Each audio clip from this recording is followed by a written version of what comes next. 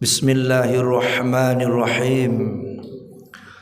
Assalamualaikum warahmatullahi wabarakatuh.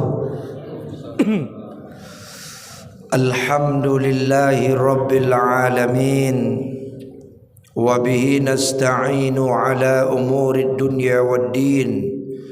Asyhadu an la ilaha illallah wa asyhadu anna Muhammadar Rasulullah. Qala Allah Ta'ala fi kitabihil karim, a'udzu billahi minasy syaithanir rajim. Bismillahirrahmanirrahim. Innama yakhshallah min ibadihil ulama. Sadaqallahul azim. Surah Fatir ayat 28. Yang saya hormati pengurus Masjid Al-Firdaus, tokoh-tokoh masyarakat, Bapak Ibu, kaum muslimin dan muslimat, sidang solat zuhur, semoga yang hadir ini insya-Allah senantiasa mendapat rahmat dari Allah Subhanahu wa taala. Mari kita bersyukur kepada Allah dengan mengucapkan alhamdulillah. Berselawat kita kepada Rasul Nabi Muhammad sallallahu alaihi wasallam dengan mengucapkan Allahumma salli ala sayyidina Muhammad wa ala ali sayyidina Muhammad. Assalamualaikum ya Rasulullah. Bapak Ibu yang saya muliakan, kajian kita zuhur ini menceritakan salah satu ulama yang amat terkenal dan paling banyak pengikutnya di Asia, yaitu Imam Asy-Syafi'i. Siapa Imam Asy-Syafi'i itu? Kita sering mendengar nama beliau. Bahkan kita mungkin sebagian besar mengaku pengikut mazhab Imam Syafi'i. Saya pernah menyampaikan kajian fikih di satu masjid, lalu jemaah minta, Pak Ustadz bisa tak kita kaji fikih itu khusus Imam Syafi'i saja. Begitu populernya Imam Syafi'i sampai ke santero dunia. Imam Syafi'i rahimahullah salah satu ulama yang sudah dijamin oleh Allah Subhanahu wa taala, innama yakhshallah, sesungguhnya orang-orang yang paling takut dengan Allah, min ibadihil ulama, dari hamba-hamba Allah adalah seorang ulama. Jadi ulama ini setelah Rasulullah, setelah para sahabat-sahabat, tabi'in, tabi'ut tabi'in, orang yang paling dekat dengan Allah adalah para ulama. Maka kita ini harus mengikuti ulama. Tak bisa kita mengatakan saya tak ikut imam mazhab, tak ikut ulama, saya langsung ke Rasulullah. Itu tak bisa. Ya, karena kita tak hidup di zaman Nabi. Jangan pula kita mengatakan kita ikut Nabi langsung.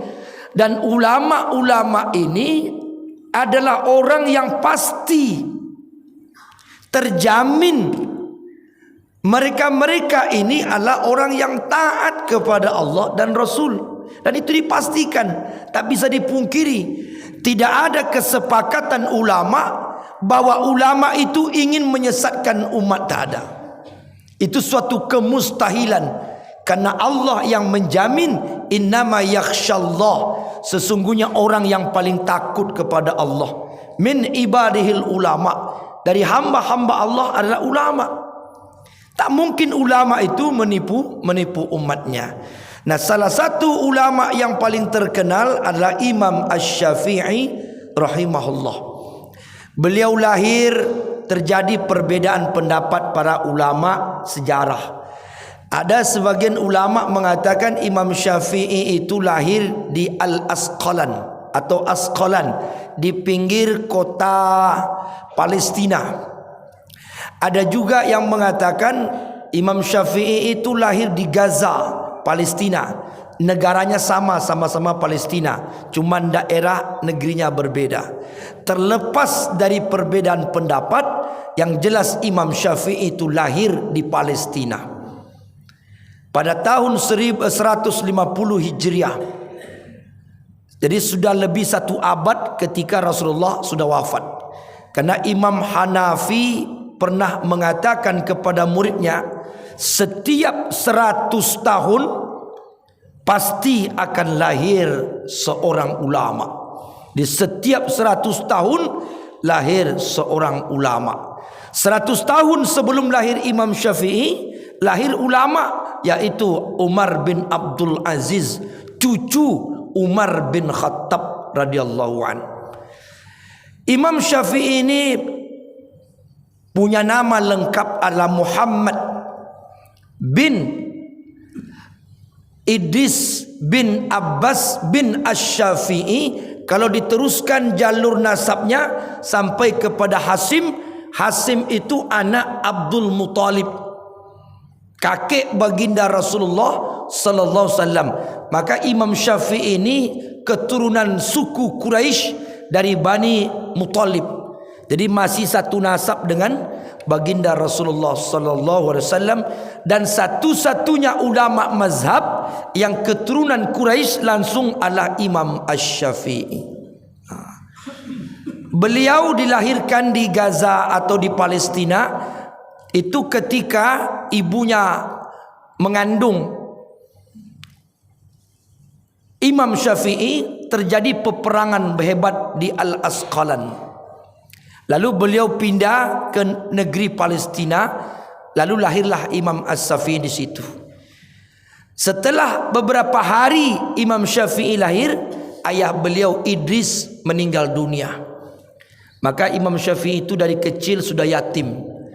Karena ditinggal oleh ayah, ibunda Imam Syafi'i itu bernama Fatimah, pindah ke daerah Mekah. Maka dibawalah Imam Syafi'i dalam keadaan bayi, hijrah ke Mekah. Tinggallah Imam Syafi'i di Mekah. Ketika Imam Syafi'i umur 7 tahun, sudah hafal Al-Quran 30 juz. Kenapa? Karena waktu Fatimah mengandung Imam Syafi'i, beliau mengkhatamkan Quran 7 kali. Jadi setiap hari beliau mengaji selama hamil. Dan Alhamdulillah 9 bulan khatam Al-Quran 7 kali. Lahirlah Imam Syafi'i umur 7 tahun, hafal Al-Quran 30 juz. Masya Allah. Jadi seorang ibu ini luar biasa menentukan kecerdasan kepintaran anak-anaknya. Setelah umur 7 tahun, Imam Syafi'i ini dibawa terus oleh ibunya belajar agama di Makkah, digendong-gendong oleh ibunya sampai berumur 13 tahun. Singkat cerita, selama sampai umur 13 tahun itu Imam Syafi'i sudah belajar kitab besar, nama kitabnya Al-Muwatta. Al-Muwatta ini karangan Imam Malik. Beliau tak belajar langsung waktu usia seperti itu, tapi setelah beliau hafal 2 tahun kitab Imam Malik Al-Muwatta, barulah guru-guru beliau yang ada di Mekah angkat tangan. Hai Muhammad, panggilan kecilnya Muhammad. Muhammad, kamu carilah guru lain.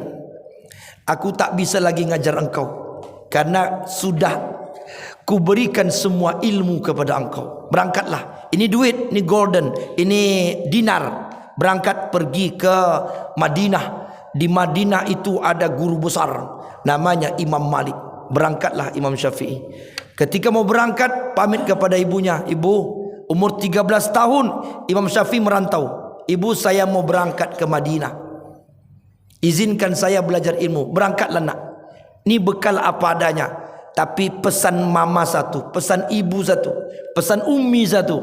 Jangan kau pulang nak sebelum kau jadi ulama. Itu pesan ibunya. Jadi kalau kita nitipkan anak-anak ke pesantren, coba itu diucapkan. Nak, jangan kau pulang ke Mekah ni sebelum kau jadi ulama. Berangkat Imam Syafi'i atas ridho ibunya. Singkat cerita, sampailah di Madinah, belajar ilmu fikih, ilmu hadis dengan guru besar Imam Malik. 2 tahun Imam Syafi'i belajar dengan Imam Malik. Imam Malik pun angkat tangan. Hai Muhammad bin Idris As-Syafi'i, kamu tinggalkan negeri Madinah ini. Semua ilmuku sudah kau ambil. Aku tak bisa ngajar kau lagi. Masya Allah, pintar orang. Semua ilmu Imam Malik itu habis diambil, diserap oleh Imam Syafi'i. Berangkatlah Imam Syafi'i, dikasih lagi dinar. Berangkat ke mana? Ke Irak. Sampai di Irak beliau belajar dengan seorang guru besar, murid dari Imam Hanafi. Jadi Hanafiyah, pengikut Imam Hanafi, namanya Muhammad bin Hasan. Muhammad bin Hasan ini mengajar beliau 2 tahun. Hanya 2 tahun saja Muhammad bin Hasan angkat Imam Syafi'i sebagai murid.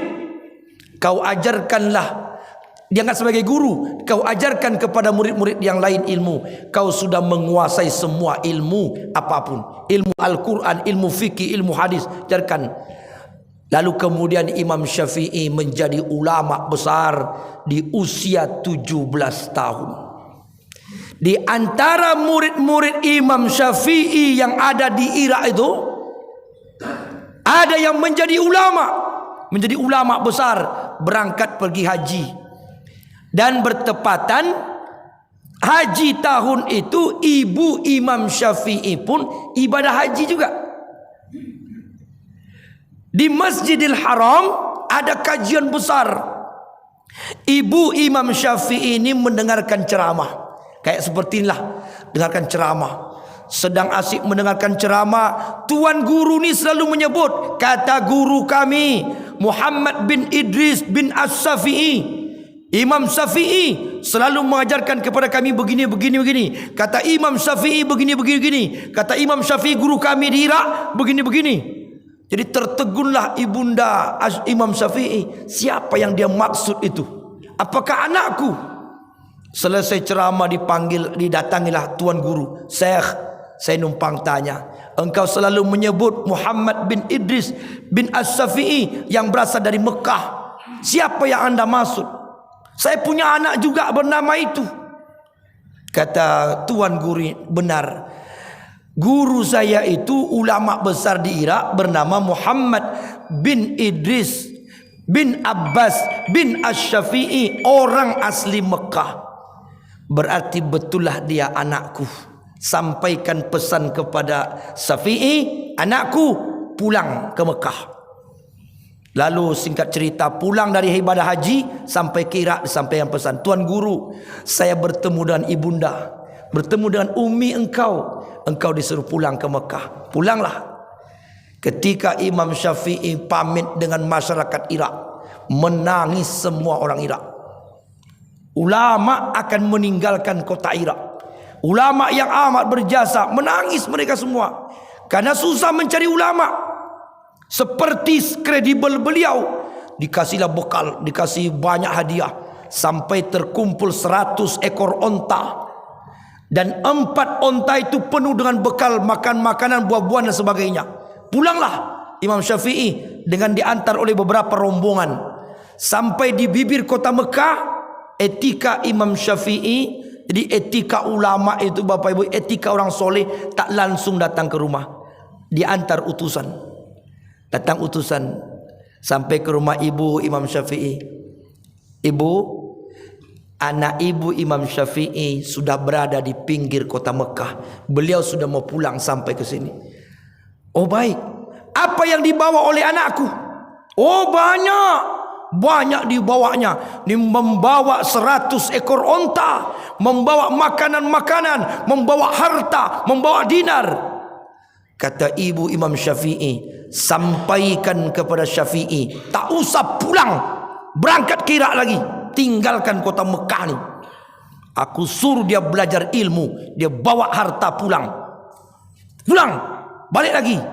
Rupanya ibunya marah. Ketika Imam Syafi'i bawa harta yang banyak, ibunya marah. Kenapa dia bawa harta pulang? Aku kan suruh dia cari ilmu, bukan cari harta. Sampaikan kepada Syafi'i, pulang. Sampailah kepada Imam Syafi'i, Tuan Guru, kata ibunda engkau disuruh pulang lagi kira. Kenapa? Dia tak senang engkau bawa banyak harta, bawa unta. Oh, kalau begitu, ayo ikut aku, nginap semalam. Semua onta-onta Imam Syafi'i, harta-harta dibagikan kepada fakir miskin. Habis hari itu semua. Tinggal kitab dan buku-buku Imam Syafi'i lagi di atas onta. Pulanglah Imam Syafi'i. Sampai di pintu rumah, Imam Syafi'i mengucapkan salam. Assalamualaikum ibunda. Siapa engkau? Syafi'i. Apa yang kau bawa? Tidak ada yang kau bawa kecuali buku dan kitab. Masuk. Masuklah. Kalau kesempat membawa harta, diusir lagi oleh ibunya. Masya Allah. Beliau akhirnya tidak membawa apa-apa kecuali membawa ilmu, dan disitulah beliau mengajarkan ilmu agama di Mekah, dan kemudian berangkat hijrah ke Mesir. Akhirnya beliau wafat di Mesir.